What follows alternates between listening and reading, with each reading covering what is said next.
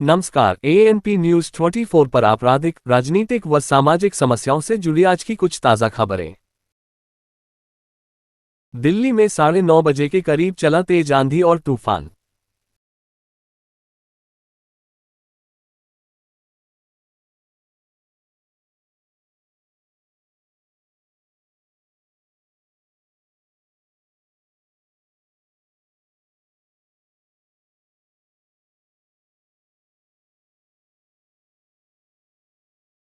बनारस में मोदी का स्वागत हुआ चप्पल से। जनता के दिलों से तानाशाह का खौफ हटता जा रहा है।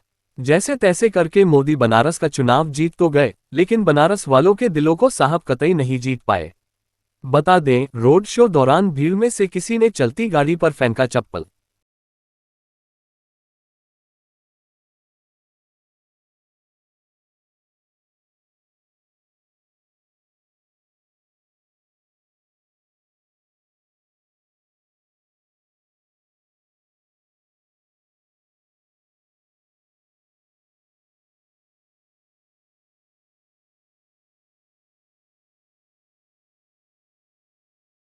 जरा संभल कर आप भी हो जाए सावधान। अमेजन ऑनलाइन शॉपिंग करने वाली महिला ग्राहक के बॉक्स खोलते उसके अंदर जहरीले सांप को देखकर उड़े होश। कांग्रेस नेता राहुल गांधी का कल जन्मदिन एआईसीसी में बहुत धूमधाम से मनाया गया।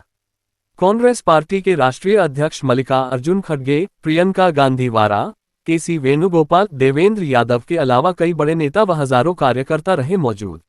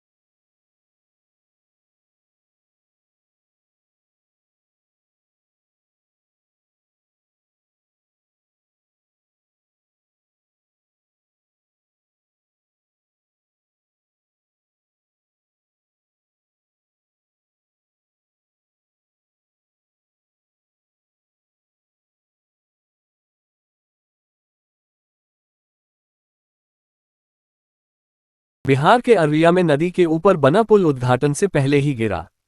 जनता अपने खून पसीने की कमाई से टैक्स देती है। क्या इन हजारों करोड़ों रुपए की बर्बादी होने की जिम्मेदारी को लेंगे नितिन गडकरी?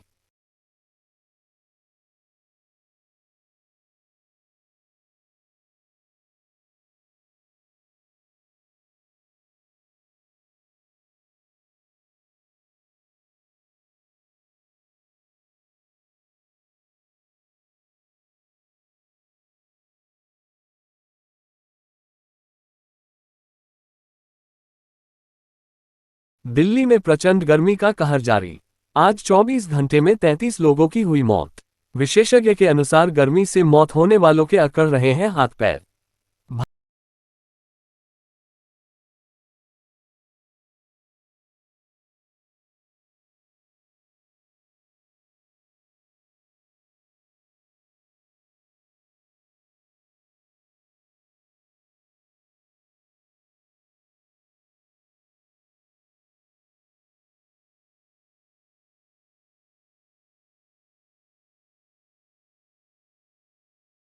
भाजपा को गुजरात के अंदर सत्ता में रहने का कोई अधिकार नहीं है। जी हां, ये हम नहीं, गुजरात की जनता बोल रही है। यदि आप चुनाव के बाद उन्हें भर्ती करने का वादा करते हैं, तो यह निकम्मी सरकार विरोध प्रदर्शन करने की अनुमति नहीं देकर आमजन आंदोलन को कतई रोक नहीं सकती। आतंकवादी जैसा आचरणीय करके भाजपा सरकार ने अपनी असलियत बता दी है।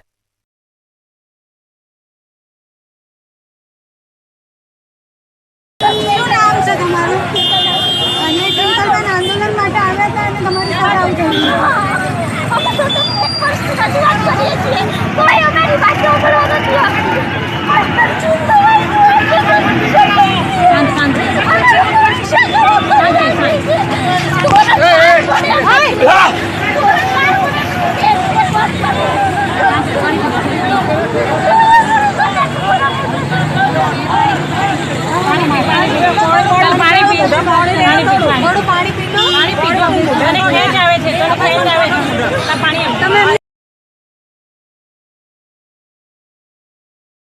दिल्ली के बादली इलाके में केक बनाने वाली एक फैक्ट्री में लगी भीषण आग।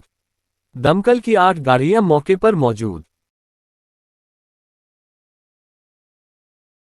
जम्मू कश्मीर के रियासी में हुए आतंकी हमले पर एसएसपी मोहिता शर्मा ने मीडिया समक्ष बताते हुए कहा, आज हमें एक बड़ी सफलता हासिल हुई है, जिसमें मौके से पकड़े गए राजौरी के रहने वाले हाकम दीन ने अपना गुनाह कबूलते हुए बताया। उसने इन आतंकवादियों को रुकवाया था और कई दिन तक गाइड भी किया था। इस बारे में विस्तृत जानकारी देते हुए उन्होंने आगे क्या कुछ बताया, सुनते हैं।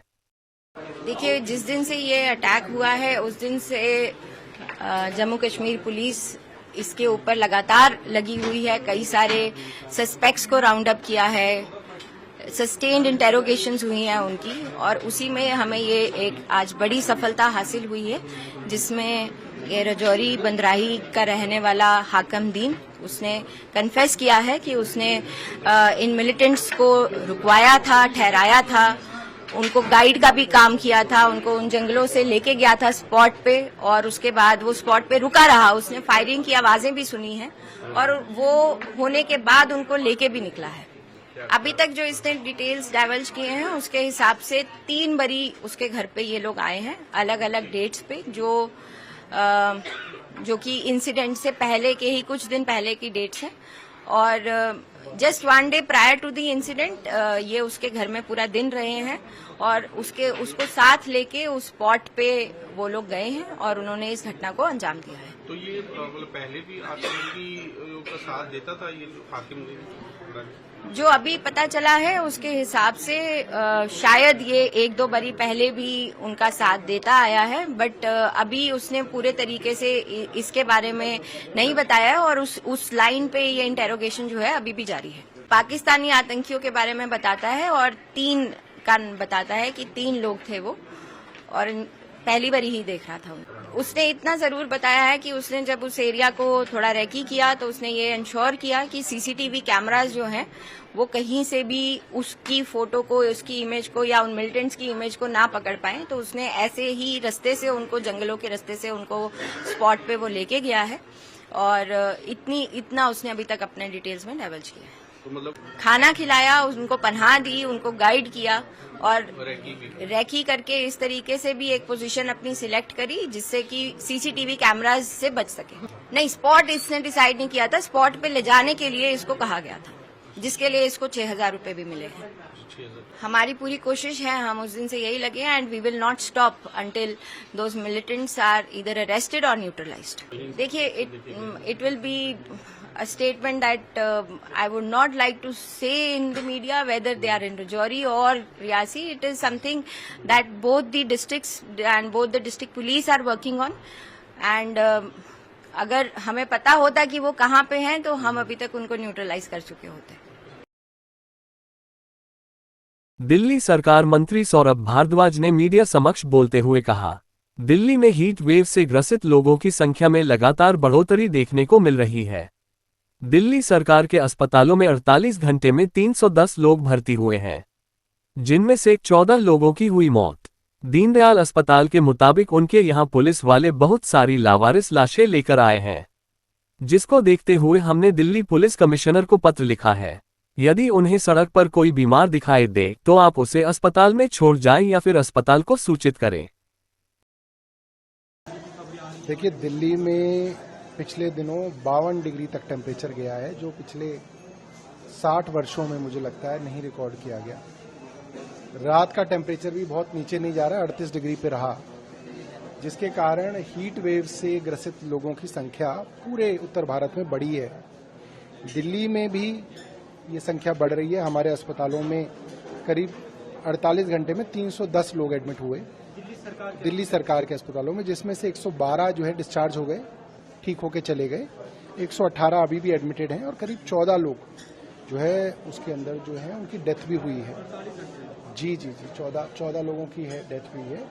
और आज ये औचक निरीक्षण ये देखने के लिए किया गया था कि क्या हमारे अस्पतालों में हीट रिलेटेड इलनेस के मरीजों की मैनेजमेंट के लिए रिसोर्सेज अवेलेबल हैं। मैंने देखा कि जो ज़रूरी दवाइयाँ हैं वो तो मुझे यहाँ दिखी, IV फ्लूइड्स वगैरह दिखे,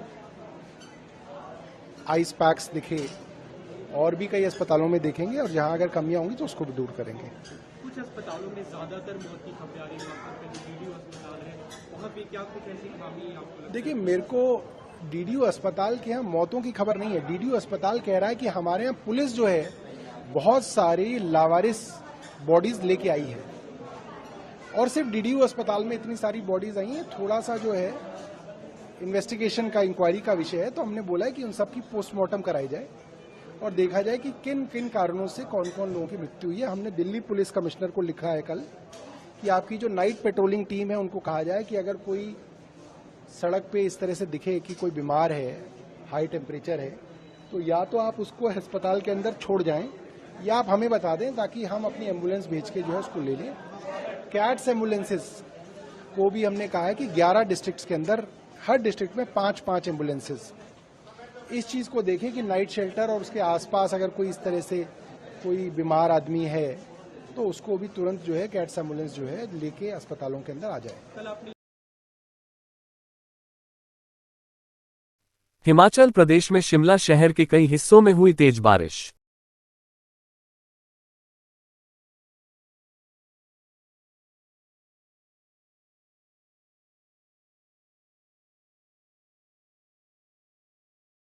नीट परीक्षा मुद्दे पर आप सांसद संदीप पाठक ने कहा, देश में कोई भी पेपर लीक होने पर सख्त कानून बनना चाहिए ताकि आरोपी को कड़ी सजा मिल सके। इसके अलावा उन्होंने आगे क्या कुछ कहा, सुनते हैं। देखिए, सबसे पहली डिमांड तो ये कि देश में कानून बनना चाहिए कि कोई भी पेपर लीक अगर हो तो जो भी दोषी है उसको कड़ी से कड़ी सजा मिले। और सबसे इम्पोर्टेंट चीज ये है कि जिस भी देश में बच्चों के जो भविष्य को या पर धांधली हो, उस पर पेपर लीक हो, पेपर बेचे जाए, ऐसी व्यवस्था से देश कभी आगे नहीं बढ़ सकता है। नीट जस्ट एक एग्जाम्पल है।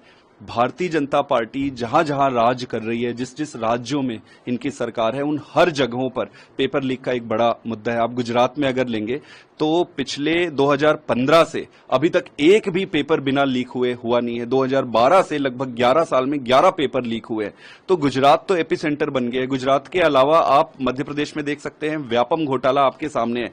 तो इस तरीके से भाजपा जहां जहां जा रही है, जहां जहां इनकी सरकारें बन रही है, केंद्र में आने के बाद ये केंद्र में भी ये धंधा शुरू हो गया है। नीट की परीक्षा बहुत बड़ा परीक्षा होता है। ये कोई एक रैंडम स्पोरेडिक एक आदमी लीक कर दिया ऐसा संभव नहीं है। ये बहुत बड़ा नेक्सस होगा जिसमें इंटर स्टेट गैंग ऑपरेट कर रहे होंगे और इसका किंग पिन डेफिनेटली कोई बड़ा और पावरफुल आदमी होगा। ये ऐसी चीजें कभी आती नहीं है मीडिया में या कभी बाहर आती नहीं है, क्योंकि वो पावरफुल आदमी सब कवर करके रखता है।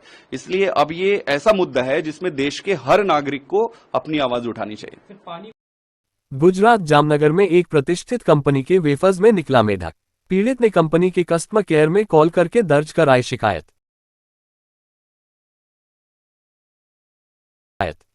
दिल्ली में गहराता जल संकट, पानी की किल्लत से जनता परेशान।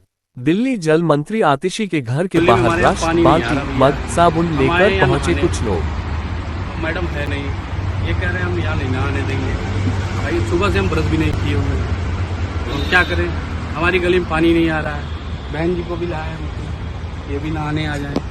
भैया हमें भी पानी चाहिए ना, पानी नहीं मिल रहा है। घर पे खाने का पानी नहीं है, बनाने का पानी नहीं है, ऑफिस जाना पानी नहीं है, ब्रश करने का पानी नहीं है। सुबह मान लो चलो सुबह शौचालय चले गए, कितने दिन हम जाके फ्रेश होंगे?